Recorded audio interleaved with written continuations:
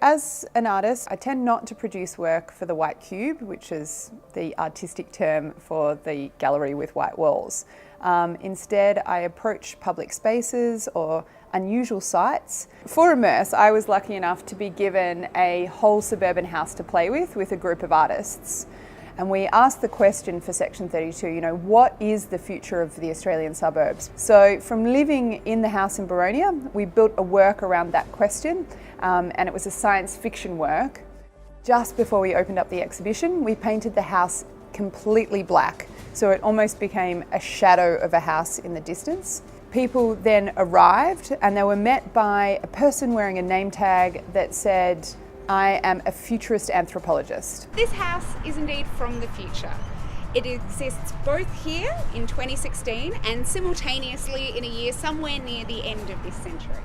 People were given a floor plan with a basic understanding of what was in there, and then they were let loose to explore the environment.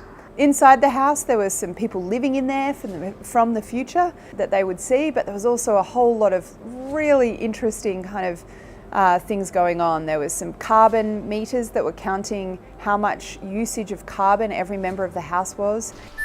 You have 1 hour of carbon left at minimum usage levels.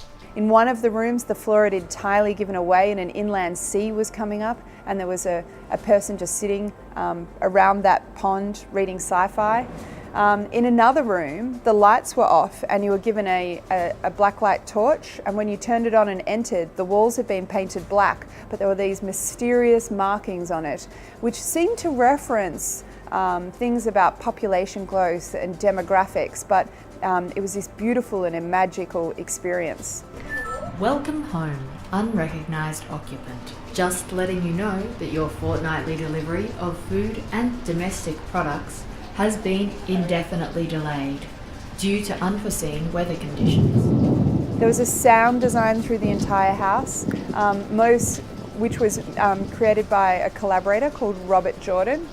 The sound design was a mixture of a rolling continuous thunderstorm, which was matched by leaks in one of the rooms where water was in fact dripping into the house from the ceiling.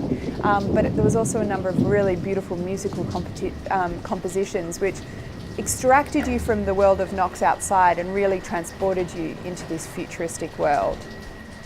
All of these ideas, both the really positive things about the suburb, but also the concerns about the future of the suburbs, were built into the work so that we could create an imaginative world that would get people thinking and talking about the past, present and future of the city of Knox. The outcome of Section 32 for my career was pretty extraordinary. On the back of Section 32, I was invited to an innovations lab in Denmark, which was organised by the United Nations called Unleash.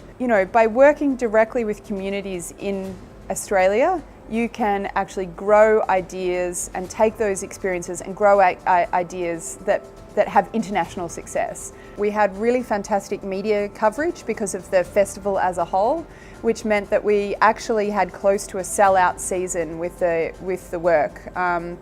We were limited in the capacity that we could take through because it was a house, but we had over 500 people through the work by the end of the Immerse experience, which is an enormous amount of people. I think that gallery exhibitions I've had haven't even had close to 500 people.